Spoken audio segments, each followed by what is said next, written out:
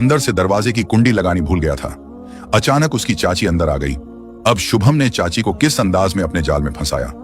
शुभम का यह अंदाज औरत के घमंड को तोड़ सकता है। आखिर तक सुनो। अब चाची जैसे ही अंदर गई, शुभम को ऐसी हरकत करते देखकर हैरान रह गई और एकदम से बाहर भाग गई। लेकिन शुभम टस से मस न हुआ और वैसे ही करता रहा।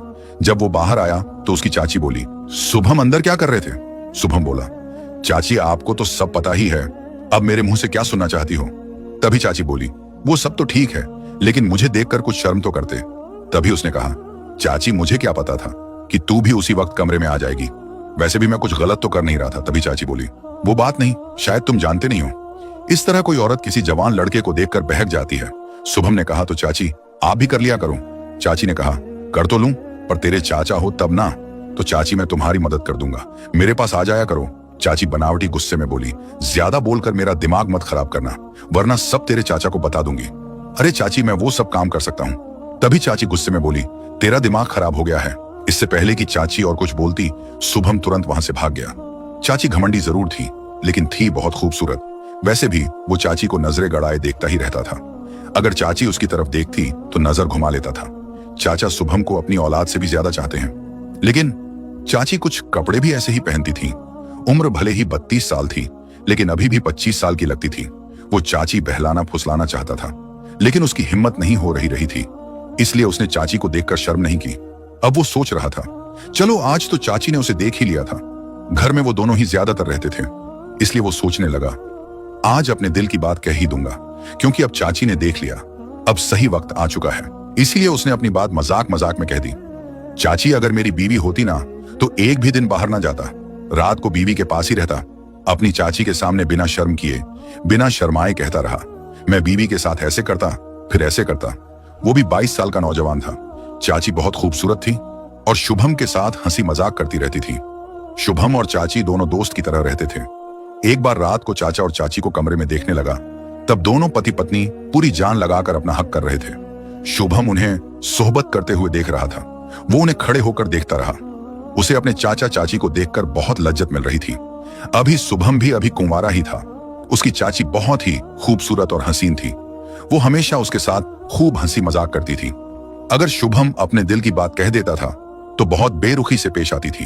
जब चाची उनके घर में नई नई आई थी तो उसे खुद पर बहुत घमंड था, और घमंड होना भी जरूरी था, क्योंकि वो किसी हीरोइन से कम नहीं थी। चाची की लंबाई काफी थी और उसका चेहरा गोल और रंग गोरा था। जब भी वो शुभम को देखती थी तो चाची की खा जाने वाली निगाहें उसके सीने के पार हो जाती थी। लेकिन शुरू में वो चाची से बात करने का बहाना तलाश करता रहता था, लेकिन वो उसके मुंह नहीं लगती थी। तभी से वो समझ गया था कि चाची के अंदर खूबसूरती का घमंड भरा हुआ है। शुभम के चाचा एक कंपनी में काम करते थे। जहां वो कंपनी थी वो जगह उसके घर से 55 किलोमीटर दूर थी, इसलिए उन्हें वापस आते आते आधी रात हो जाया करती थी, और कभी कभी तो वो आते भी नहीं थे। और अगर ज्यादा काम हुआ करता तो कई कई दिन तक वहीं रुक जाते थे, क्योंकि रोजाना आना जाना काफी मुश्किल हो जाता था। जब चाचा घर नहीं आते थे तो चाची अपने कमरे में अकेली रहती थी। शुभम ने चाची को कई बार गैर मर्दों से बात करते देखा था। शुभम चाची को देखकर महसूस करता था कि चाचा आधी रात घर आते हैं, कभी कभी आते हैं, इसलिए चाची की ख्वाहिश पूरी नहीं होती होगी, क्योंकि चाची को जितनी चाचा की जरूरत थी चाचा उतना वक्त चाची को दे ही नहीं पा रहा था। यह बात वो बहुत अच्छी तरह समझ चुका था। एक दिन सुबह शुभम ने देखा कि चाची काफी मायूस लग रही थी। फिर शुभम ने पूछा, चाची क्या हुआ, आप इतनी उदास क्यों हो? तभी चाची बोली, मेरी तबीयत ठीक नहीं है। फिर चाची के लिए चाय बनाई और फिर मेडिकल से दवाई लेकर आया। दवाई खाकर चाची अपने कमरे में चली गई। फिर वो थोड़ी देर बाद चाची की तबीयत के बारे में पूछने उनके कमरे में गया तो चाची बुखार में काफी तप रही थी, काफी बुखार था।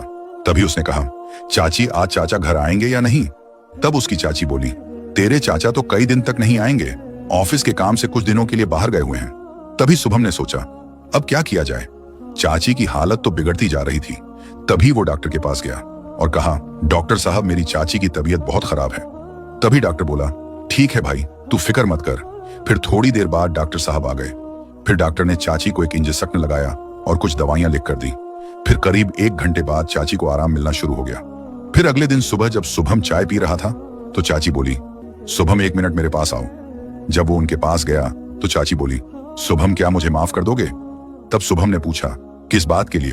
तो उसकी चाची बोली, जब से मैं इस घर में आई हूं उसके बाद एक बार भी मैंने तुझसे सीधे मुंह बात नहीं की।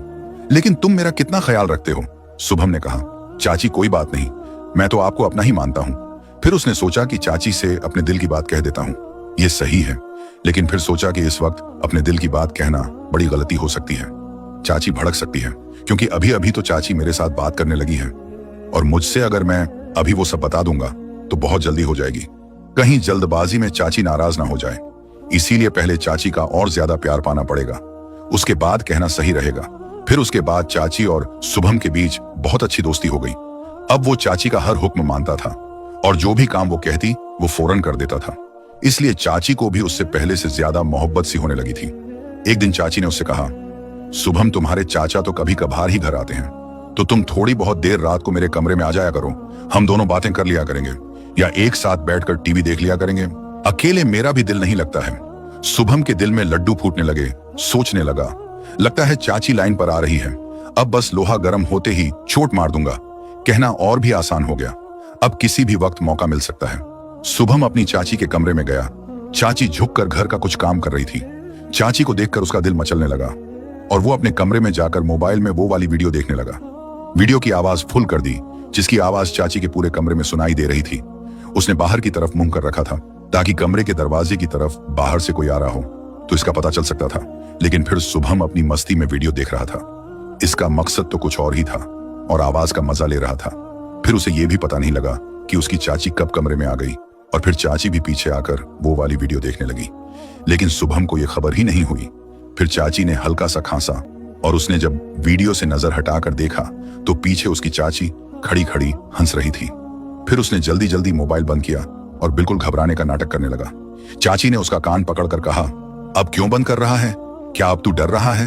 फिर उसने थोड़ी हंसी में और थोड़ा घबराते हुए कहा, हाँ चाची, डर तो लगता ही है जब कोई ऐसी हरकत करते हुए पकड़ लेता है। फिर वो बोली, अच्छा अब तुम्हें डर लग रहा है। उस वक्त डर नहीं लगा जब कमरे में इतनी आवाज में ये देख रहा था। फिर उसने कहा, चाची बस क्या बताऊं, कमरे में पता नहीं क्या है, जब अकेला होता हूं दिल बेचैन होने लगता है। फिर वो चाची का हाथ पकड़कर बिस्तर पर बैठ गया और कहने लगा, चाची अगर आप बुरा ना मानो तो मैं आपसे एक बात कहना चाहता हूं। अगर तुम कहो बोलूं तो तुम बुरा तो नहीं मान जाओगी? चाची चलो छोड़ो, मैं कहता ही नहीं।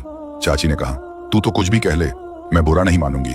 फिर चाची कहने लगी, अगर मुझे बुरा मानना होता तो जो तुमने हरकत की है उसे देखकर तो मैं तुम्हारी शिकायत तेरे चाचा से कर देती। ये सुनकर शुभम ने थोड़ी नजरें झुका ली और फिर कहने लगा, चाची आप बहुत खूबसूरत हो। चाची जब आप पहली बार इस घर में आई थी तब से ही आप मुझे बहुत पसंद हो। तभी चाची मुस्कुराकर बोली, अच्छा जी, तो फिर बताओ कहना क्या चाहते हो? तो शुभम ने कहा, चाची मैं तुम्हारे साथ बस एक बार। उससे पहले ही चाची बोली, शुभम तुम होश में तो हो? ये कैसे हो सकता है? अगर ये बात तुम्हारे चाचा को पता लग गई तो वो मुझे जिंदा नहीं छोड़ेंगे और घर से कर देंगे बाहर। फिर शुभम ने कहा, चाची हम लोग घर वालों की नजर से छुपकर काम करेंगे। फिर चाची बोली, नहीं, तुम मेरी मोहब्बत का नाजायज फायदा ना उठाओ, मैं तुम्हारे साथ ये सब नहीं सकती। फिर शुभम ने कहा, चाची मैं आपसे वादा करता हूं कि इस बात की हवा भी हम दोनों के अलावा घर के किसी शख्स को नहीं लगेगी। फिर चाची बोली, लेकिन शुभम मैं तुम्हारी चाची हूं। फिर शुभम बोला, तो क्या हुआ, हम कुछ गलत थोड़े ही कर रहे हैं? आजकल ये सब आम बात है, चाचा भी तो करते हैं। मैं जानता हूं उनके भी कई औरतों के साथ ताल्लुकात हैं। अरे झूठे, तेरे चाचा तो आधी रात को घर आते हैं, वो भी थक हार कर। कभी कभार वो मुझे खुश करने की कोशिश करते हैं, लेकिन वो बेचारे मुझे भी नहीं खुश कर पाते। तुम उनके खिलाफ ऐसी बातें क्यों करते हो? तेरे चाचा मेरे साथ तो सही से ताल्लुकात बना नहीं सकते, दूसरी औरतों के साथ कहां से ताल्लुक बना लेंगे?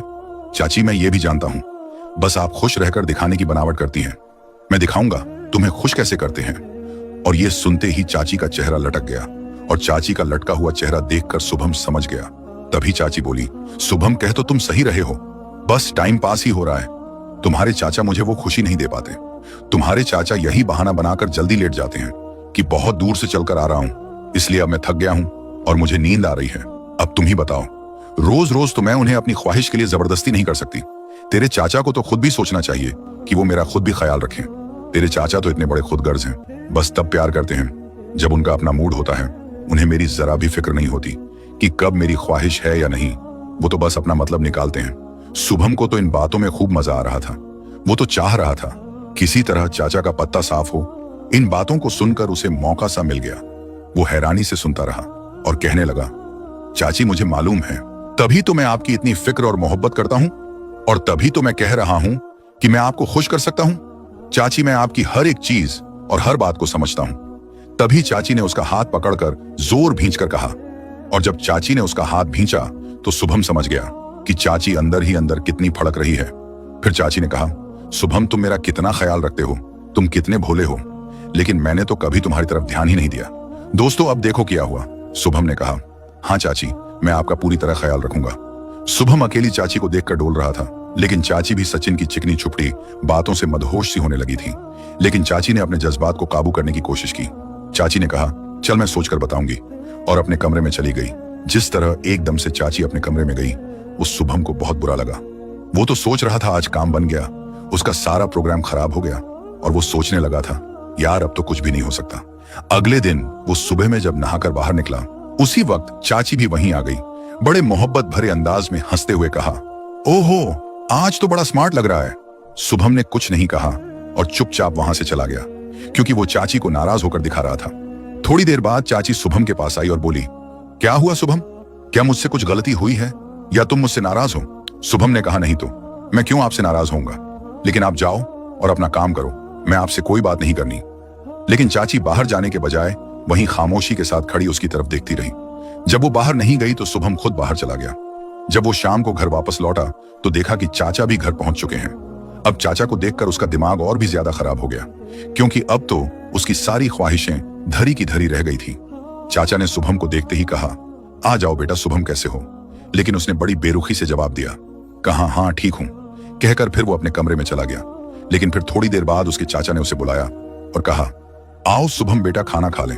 फिर सब बैठकर खाना खाने लगे। खाना खाते वक्त शुभम चाची की तरफ नजर घुमा रहा था, और चाची भी मुस्कुराकर उसे मनाने की कोशिश कर रही थी और साथ साथ चुप रहने का इशारा कर रही थी। शुभम के चाचा ने सबसे से पहले खाना खा लिया और फिर बाहर चले गए, क्योंकि वो तो अपनी बीवी और अपने भतीजे पर आंख बंद करके भरोसा करते थे। चाचा को क्या पता था, उसका घर लूटने वाला है, और लूटने वाला भी कोई गैर या दुश्मन नहीं था, बल्कि खुद चाचा का भतीजा शुभम था। लेकिन शुभम तो आहिस्ता आहिस्ता खाना खा रहा था। चाची उसे बोली, क्या बात है शुभम, तुम मुझसे नाराज हो? शुभम ने कहा, हाँ, मुझे तुम पर बहुत गुस्सा आ रहा है। अब चाची उस पर गुस्सा नहीं हो सकती थी, क्योंकि शुभम ने उसे अपने एहसान के नीचे दबा लिया था और वो घर की हर छोटी बड़ी जरूरत को पूरी कर रहा था। फिर चाची ने उसे प्यार से समझाया, तुम मेरी बात क्यों नहीं समझ रहे हो, ये बहुत गलत है। फिर शुभम ने कहा, इसमें गलत क्या है, थोड़ी बहुत देर के लिए किसी के काम आ जाना क्या गलत बात है? तभी चाची बोली, चुपचाप खाना खाकर जाओ और सो जाओ। फिर शुभम ने धौंस जमाई और कहा, मैं सोऊं या नहीं, आपको क्या मतलब है? और फिर उसने कहा, मैं आज रात ऐसे ही बैठा रहूंगा। ये कहकर वो अपने कमरे में चला गया। उसने फैसला कर लिया था कि अब चाहे कुछ भी हो जाए, एक बार तो चाची के घमंड को तोड़कर ही रहूंगा। फिर जब सब लोग सो गए, शुभम ने अपने कमरे का दरवाजा जोर से खोला कि चाची को पता लग जाए कि वो बाहर जा रहा है। फिर वो छत पर चला गया और वहां कुछ देर बैठा रहा। तभी उसे किसी की आने की आहट सुनाई दी। उसने पीछे मुड़कर देखा तो चाची छत पर आ रही थी। वो उसके पास आकर बैठ गई और कहा, तुम पागल हो गए हो, इतनी रात को छत पर क्या कर रहे हो? तब शुभम ने कहा, मेरी मर्जी है, मैं कुछ भी करूं, आप नीचे जाओ, आज मैं छत से कूदकर अपनी ख्वाहिश को खत्म कर दूंगा। इतना सुनते ही चाची हैरान रह गई और उसका दिल पसीज गया। तभी चाची ने उसका हाथ पकड़कर अपने हाथ में ले लिया और उसे समझाने की बहुत कोशिश की। शुभम, अभी तेरे चाचा घर पर हैं, तू 2 दिन और रुक जा, मैं तुझे अपनी बहादुरी दिखाने का जरूर मौका दूंगी। जो तू करना चाहता है वो एक दिन तू जरूर करेगा, बस थोड़ा सब्र कर ले। लेकिन एक बात का ध्यान रखना, सिर्फ एक बार, उसके बाद मुझे दोबारा कभी नहीं कहना, वादा करो। चाची की बात को उसने समझ लिया और कहा, ठीक है चाची, मैं वादा करता हूँ, कसम खाता हूँ, दोबारा कभी नहीं कहूंगा। सुबह को फिर चाची से कहा, चाची कब होगा? चाची ने कहा, शुभम, मैंने कहा ना, बता दूंगी। सुबह को शुभम और चाची बात कर रहे थे। तभी चाचा आए और कहने लगे, मैं तुम दोनों को एक बात बताने आया हूं। अब मैं 15 दिन तक नहीं आऊंगा, मैं ऑफिस के काम से बाहर जा रहा हूं और लगभग 15 दिन बाद ही वापस आऊंगा।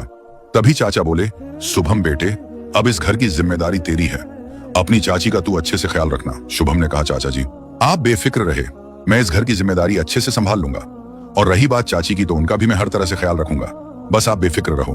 फिर चाचा ने कहा, अब से कुछ घंटे बाद मेरी गाड़ी है।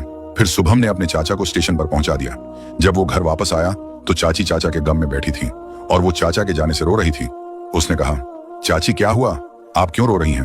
तो चाची बोली, नहीं रोऊं तो क्या करूं, तुम्हारे चाचा पहले ही कई दिनों बाद आते थे, उन्हें देखने के लिए भी मैं तरसती थी, और अब तो वो पूरे 15 दिन के लिए चले गए हैं। ये कहकर वो और भी रोने लगी।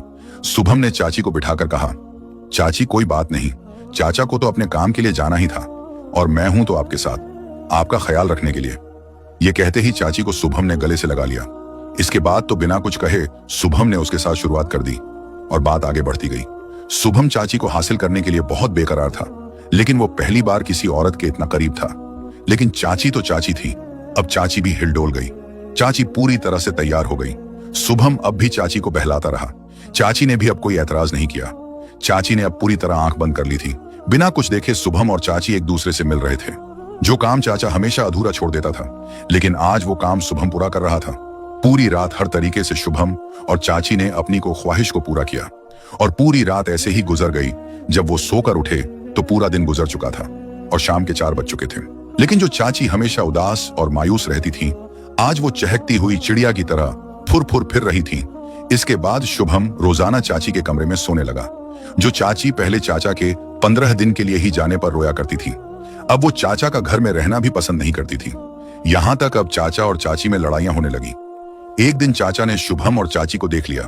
चाचा ने जब शुभम को डांटने की कोशिश की, लेकिन चाची ने चाचा को धमकाकर चुप कर दिया, और कहा खुद के बस का तो कुछ है नहीं। उसके बाद चाचा गमज़्यादा और मायूस रहने लगे। एक दिन चाचा ने शुभम को हल्के से इशारे से कहा, मैंने तुझे अपनी औलाद समझकर पाला और तुझ पर भरोसा किया। और ये कहते ही चाचा की आंखों में आंसू आ गए। उसके आगे चाचा एक लफ्ज भी ना बोल सके। बोलना चाहते थे, होंठ फड़फड़ा रहे थे, लेकिन बोल ना सके, जो शुभम को बिल्कुल अच्छा नहीं लगा।